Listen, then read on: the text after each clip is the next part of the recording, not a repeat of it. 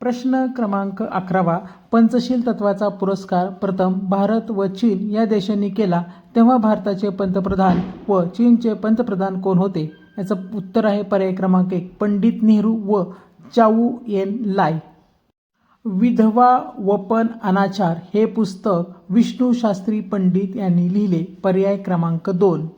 प्रश्न क्रमांक 13 पुढील राजे व त्यांची राजघराणी यांच्या जोड्या लावा. याचं उत्तर आहे पर्याय क्रमांक 2 अपराजित पल्लव, आदित्यवन चोळ, विजयालय चोळ राजघराण्याचा संस्थापक आणि भोज गुर्जर.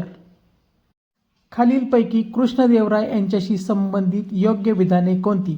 याचं उत्तर आहे पर्याय क्रमांक 3 अ, ब आणि क. प्रश्न क्रमांक 15 प्रार्थना समाज या समाजाचे सदस्य होण्यासाठी व्यक्तीला ख्रिश्चनांनी बनवलेला पाव व मुस्लिमांच्या हातातील पाणी पिणे बंधनकारक होते. प्रश्न क्रमांक 16 2011च्या जनगणनेनुसार कोणत्या केंद्रशासित प्रदेशात अनुसूचित जमातीच्या लोकसंख्येची टक्केवारी सर्वाधिक आहे?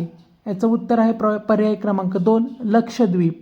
प्रश्न क्रमांक 17 2011च्या भारतीय जनगणनेनुसार राजस्थान राज्याचा साक्षरता दर सर्वात कमी 66.11 इतका होता. प्रश्न क्रमांक 18 खालीलपैकी कोणते विधान चुकीचे आहे?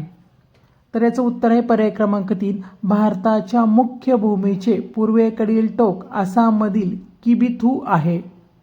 प्रश्न क्रमांक 19 खालीलपैकी कोणते विधाने अचूक नाहीत?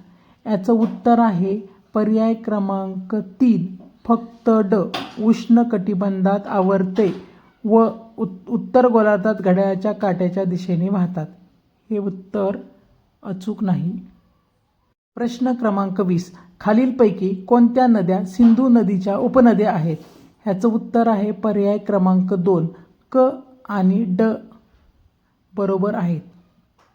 क म्हणजे सतलज, बियास, रावी आणि चिनाब आणि ड काबूल, कुर्रम, स्वात आणि झेलम.